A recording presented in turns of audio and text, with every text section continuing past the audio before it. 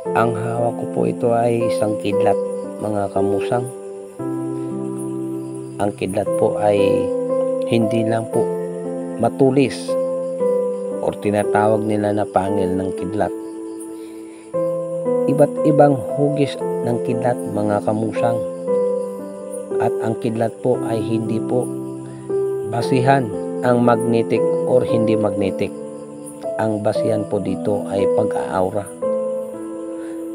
Ang tunay na kidlat or mga mutya, mga kamusang, ay umiinit po na parang maligamgam na init. At kung nasa critical na sistema po kayo, parang apoy po or baga na mapapasok yung balat ninyo. Yan po ang tunay na mga gamit. At hindi po basihan ang magnetic or hindi magnetic na kidlat. Depende po kasi yan sa sinabugan ng kidlat kung anong mahihigop sa paligid nila. Sa paligid ng kidlat, oras na magsabog po yan, depende po sa buhangin ang mahigop niya, magnetic or hindi magnetic.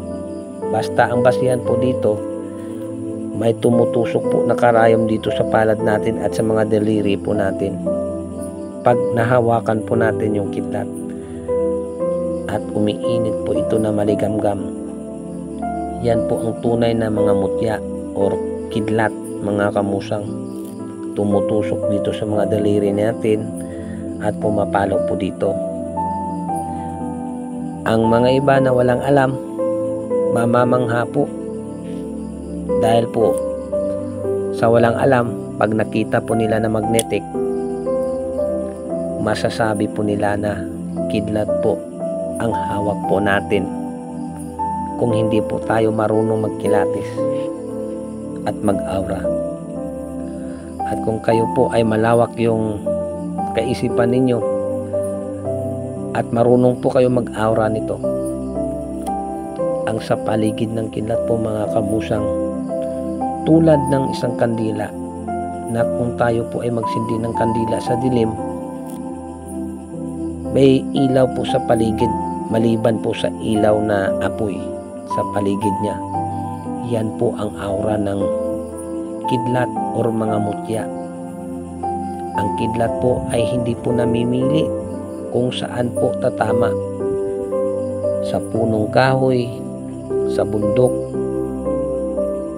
sa daan, sa bahay, sa tao, sa dagat. Pero karamihan po ang mga kidlat ay sumasabog po sa karagatan. Maraming kidlat po sa karagatan compare po sa ibabaw ng lupa, sa mga bundok. Ito po, mga kamusang, ang kidlat po ay pinapares rin po ito ng mga manggagamot sa mga medalyon po nila na ginagamit na panggamutan. Pinapares po nila sa mga medalyon po nila, sa mga medalyon na pangkumbati espiritual.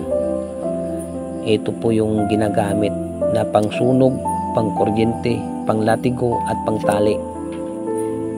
At sa mga tao naman na nagnanais po na makatanga nito, may proteksyon po, depensa po sa bala, patalim or itak.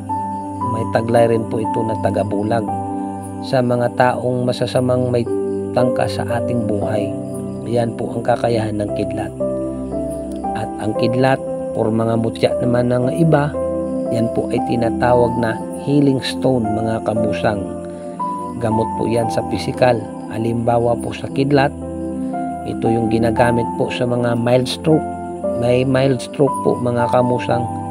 Binababad po ito sa tubig at dinadasalan at pinapainom sa pasyente upang gumanda po ang pagdaloy ng dugo at ma-align po yung mga kaugatan na natutulog. Tested ko na rin po ito sa aking pasyentes na taga-ibang bansa, mga kamusang.